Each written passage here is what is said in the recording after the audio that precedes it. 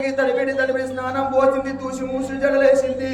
ఆ కన్న బీటకు ఏనాడు అన్నం పెడుతున్నదో ఆగో ఈ కన్న తల్లి సంగతి ఇక్కడ ఉండగా ఆగో ఇప్పటికైనా అప్పటికైనా అంటారు మన తెలంగాణ ప్రాంతం లోపల ఇద్దరకత్తున్నది బెత్తురమాస బాలకత్తున్నది బ్రతుకమ్మ పండుగ ఆగో విడగండ్లకత్తున్నది పీరీల పండుగ అన్న ఎల్లలకు వచ్చేది అనవసరమైన పండుగ అంటే రాగిట్ట పండుగ అని అంటారు రాగిట్ట పండుగ నాడు ఎంత దూరాన ఉన్నా ఎంత దగ్గర ఉన్నా అన్నదమ్ములకు అక్క ఎల్లలు రాగిట్లు పెడతారాట ఊరాడి కుంట కాడ కూర్చుంట బీటేసి నొచ్చు కొట్టు పెట్టి నోట్ల చక్కెర పోసి అన్నదమ్ములకు అక్క ఎల్లలు రాగిట్లు పెడతారాట ఆగో అన్నం తినే కన్న బీట ఏనాడు చూసిన మా కన్న తల్లి ముఖం చూసింది అమ్మా పండుగ అని అంటే ఎన్నడూ అడిగంతాని వల్ల ఏమి పండుగ అని అడిగిన నా బిడ్డ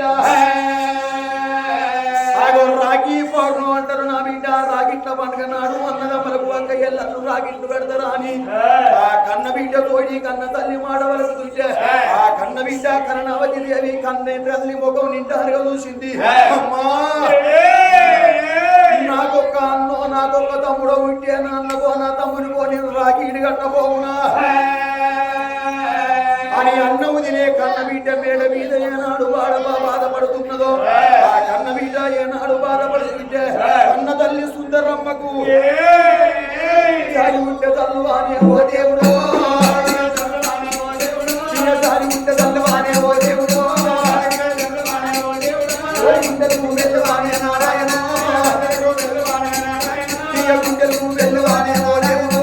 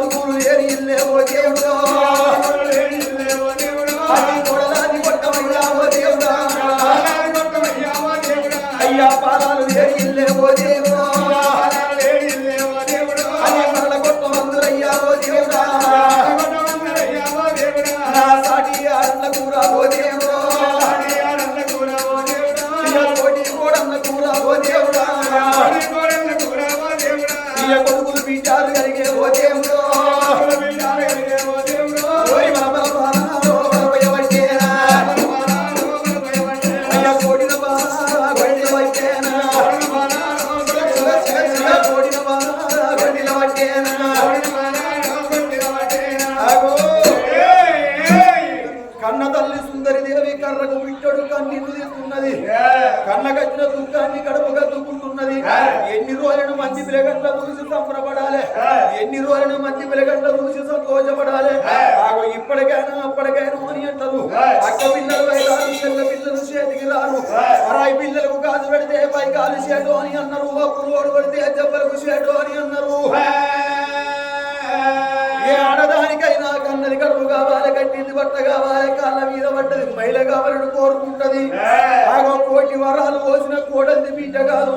లక్ష వరాలు పోసిన నోడు కొడుకు కాదు ఆగో పరాయి శేన్లలో వండితే మనకేమన్నట్టున్నాయా మన శేన్ల పడితే తవడు వెండిన ముద్దే కుంచడు వెండిన ముద్దే మాడు వెండిన ముద్దే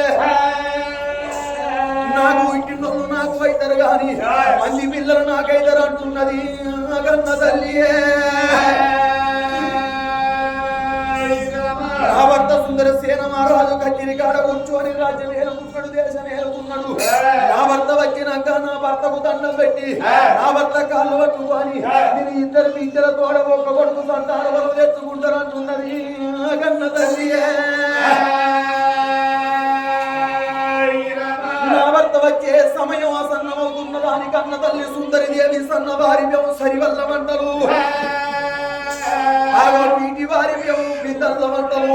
కొట్టు వారి బియ్యము తొంతుల వంటలు పచ్చపక్ష పరమాన్నాలతోడి నా భర్తను వేడుకుంటానని భర్త రాగడికి ఎదురుస్తున్నదయ్యా. ఓ పెద్దలారో వారి పిలగా ఎనికటి కాలాన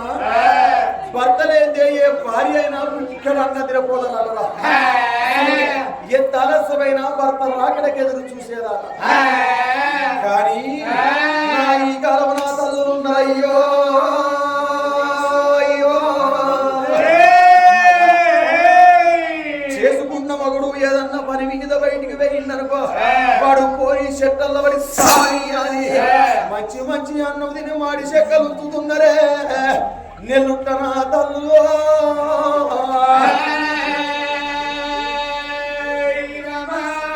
గట్టనుకోలేదు కన్న తల్లి సుందరి దేవి నా భర్తే నాకు భగవంతుడు. ఆగో పొగడే మోక్షము ఆగో కనబరే దేవుని కన్నా నా భర్త దేవుడు భర్త రాకడికి ఎదురు చూస్తున్నది కన్న తల్లి. అచ్చిలిగాడ రాజు రాజ్యమేలిండు దేశమేలిండు రాజ్యము దేశం సుంకరి వైకుంఠము చేతులు పెట్టిండు. రాజున్న గుర్రం వేడి కట్టిండు. అది ఎక్కేది మానగాడి గుర్రం మదిరి చోరు గుర్రం నిలిపేది చేదు నిప్పులాది చేదు అక్కియకొల్లు పౌలాది పైలము గుర్రానికి నల్ల మందు నా పిల్లడు కృష్ణుడు నీళ్లు వాసి అందమైన గుర్రాన్ని గరిటాకు మెత్తలేసి కుప్పించి కూర వేసుకొని ఆగో భార్యుండ భవనాల వేడికి బయలుదేరిపోతున్నాడే రాజ్యాన రాజు. వెళ్ళిపోతున్నాడు జమదాడు తుమ్మదియాలో నా స్వామి జమదాడు తుమ్మదియాలో దశవాడు రాజు బయలుదేరినారే జమదాడు తుమ్మదియాలో